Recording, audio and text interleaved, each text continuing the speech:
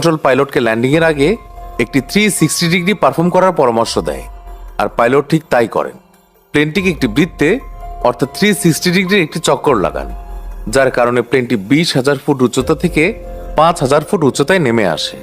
কিন্তু এই উচ্চতাও ল্যান্ডিংয়ের জন্য নিরাপদ ছিল না, তাই পাইলটরা প্লেনটিকে বেশ কয়েকটি এস টার্ন পারফর্ম করান, যার ফলে প্লেনটি 2,000 ফুট উচ্চতায় নেমে আসে। আর এটি প্লেনটি ল্যান্ডিংয়ের জন্য একদম পারফেক্ট অ্যালটিটিউড ছিল। পাইলটরা এখন বিমানটিকে লাজেস এয়ারবেস রানওয়েতে নিয়ে আসেন, কিন্তু এই ধরনের ল্যান্ডিংও বিপদমুক্ত ছিল না, কেননা ল্যান্ড করার সাথে সাথেই প্লেনের 12টি চাকার মধ্যে 8টি চাকা সম্পূর্ণভাবে লকড হয়ে যায়, আর প্লেনের গতিও 370 কিলোমিটার পার আওয়ার ছিল। এত হাই স্পিডে থাকার কারণে প্লেনটি রানওয়ে স্পর্শ করার সাথে সাথেই একটি শক্তিশালী বাউন্স খায়, তারপর রানওয়েতে এগিয়ে যেতে শুরু করে। প্রায় 2300 মিটার চলার পর বিমানটি থেমে যায়। ততক্ষণে বিমানের বেশিরভাগ টায়ারই ফেটে গিয়েছে।